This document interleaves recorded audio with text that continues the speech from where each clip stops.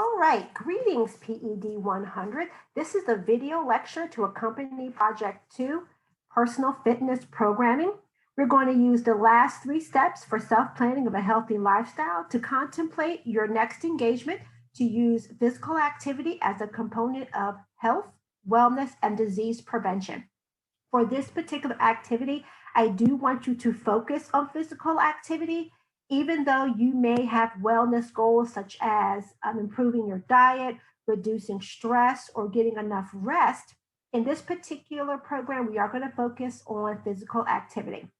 I will be explaining steps 4, 5, and 6 of your program. And as you begin your writing process, please do not forget your APA formatting and the use of academic references. So step 4, remember in project 1, this lecture ended with step 3 in your goal setting. Well, now that you have clarified your reason, you identified your needs through your fitness testing, you've made those SMART goals. Now we're going to start to begin selecting our program components. Things to think about when you start planning your program is areas that need improvement from project 1 testing. That's the first place you can look to see exactly which components you want to identify and write your program for this particular project 2. Another area to consider is your fitness zone. From your testing in project 1, you can identify yourself as a beginner exerciser, an intermediate exerciser, or an advanced exerciser. And you're going to be using that thought pattern as well when selecting your program components. Other areas you may want to consider: weight control, cardiovascular fitness, muscle strength and conditioning, flexibility, or improving your body composition. Now, there are a couple of planning strategies out there, and I'm going to just connect you with a few of my favorites. Number 1, please find activities that you enjoy. And I know in reality world that everybody enjoys exercise or enjoys sweat, but physical activity is key to maintaining a healthy lifestyle and decreasing the prevalence of health disparities in our community. So I need you to come to grips with the realization that you're going to have to do some type of physical activity, and please make it fun. That's one of the reasons why Zumba became such a fitness trend for the last 15 years, because it's basically exercise in disguise. So you must also find your exercise in disguise. Also, please start gradually.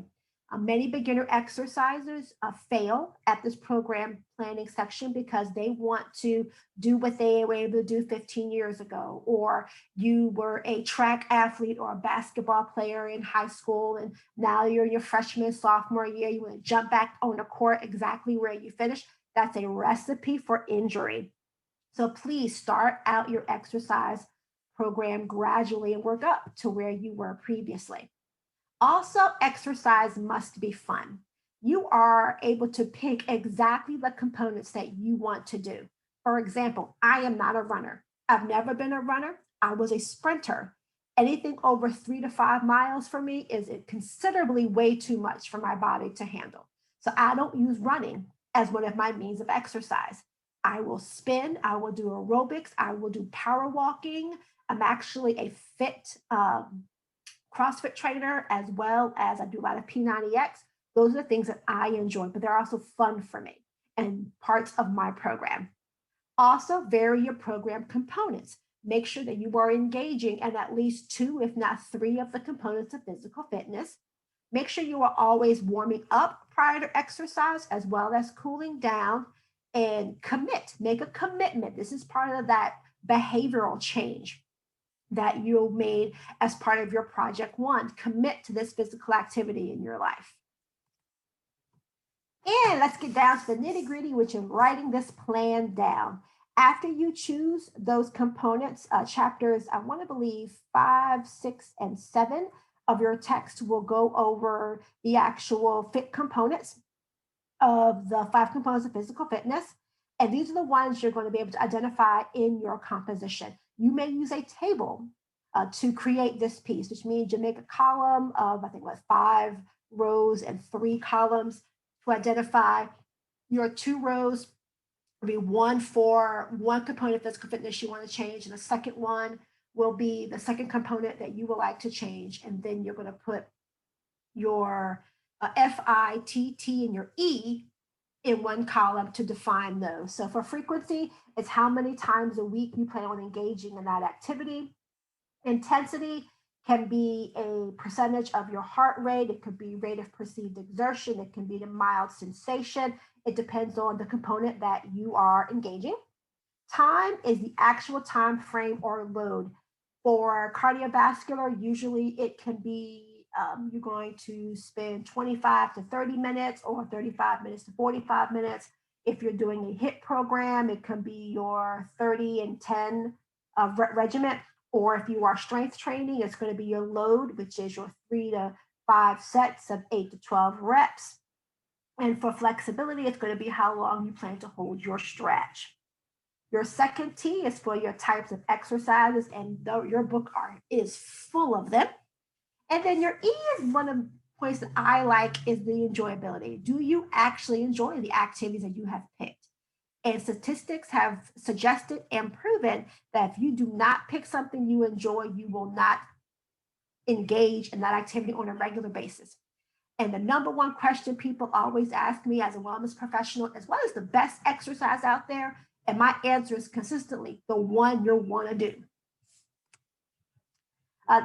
Many people want to look at the canned programs that are available. I named a few that I like from Beachbody, but then in the era of COVID-19, there were many people who started to publish these pre-programmed plans. Les Mills, it's a company that trains aerobic instructors and does group exercise activity. You now can get them on demand. Beachbody, you can get on demand. There are different areas, but what I want you to do is be careful on the pre-programmed items that you pick. And if you choose to pick a pre-program for your program component, I will be diagnosing it and looking at it very strategically on the following criteria. Is it from Instagram? Because 9 out of 10 of those Instagram programs are not vetted by a professional. The young person that you see on there is a model and the trainer is doing that program for them. They don't count. So no Instagram programs. Does it have multiple levels? Make sure a program that you have has a beginner level, intermediate, and advanced. Does it actually fit your needs? If you are trying to increase your flexibility, doing a P90X program is not going to do that. Do you actually enjoy doing it? It's something that you look forward to every day. And then can you adapt to it? Is it actually going to change? Make sure the program has enough overload, principle from a previous chapter, that your body will actually make the changes and you're able to engage the behaviors that you want to change for your program. I don't suggest any type of pre-program. I like individuals to choose the components that suit best for their lifestyle. But if you're going to choose one, make sure that it has been vetted by a professional and published by somebody who is a certified personal trainer or has at least a master's degree in the area of which they are attempting to train. And then last but not least is 6 is your evaluation process. How do you gauge if this program is actually working for you? I will tell you in the beginning stages of an exercise plan, your first 4 weeks, your energy level is going to be the only thing that's going to change. It takes anywhere from 12 to 16 weeks of consistent activity to actually see physiological changes in your body. That is why a part of your SMART goals was looking at behavioral change versus outcomes, because outcomes do take a longer period of time to develop and even longer to maintain. But how do you provide feedback and lets you know that your program exercises are best working for you? You can self-monitor. Daily logs, pedometer, smartphone apps. If you have a Fitbit or an Apple Watch, they will do that for you. Or even our Livestrong app, which is part of our Project 3, which you should already be tracking for right now, all of your physical activity as well as your eating for your 30 logs for Project 3. It's a great app to look at self-monitoring. And then you can also self-assess. The other part of Project 3 is going to be you're going to do all of the fitness assessments you've done at the beginning of semester. You're going to do those again to determine if there is any change. But you can take body composition measurements, circumference measurements. You can do a bench press test or a squat test. It depends on what your goals are. And you do a post evaluation and a pre-evaluation. Just make sure you're using the same test to engage your progress. This paper should be anywhere from 2 to 3 pages long. Of course, Times Roman 12 font, APA formatting, which is found, of course, in your learner resources in Blackboard. If you have any questions about this project too, of course, always give me an email through our Blackboard. I hope this presentation has helped you understand what you need to do for project 2. Thank you and have a great day.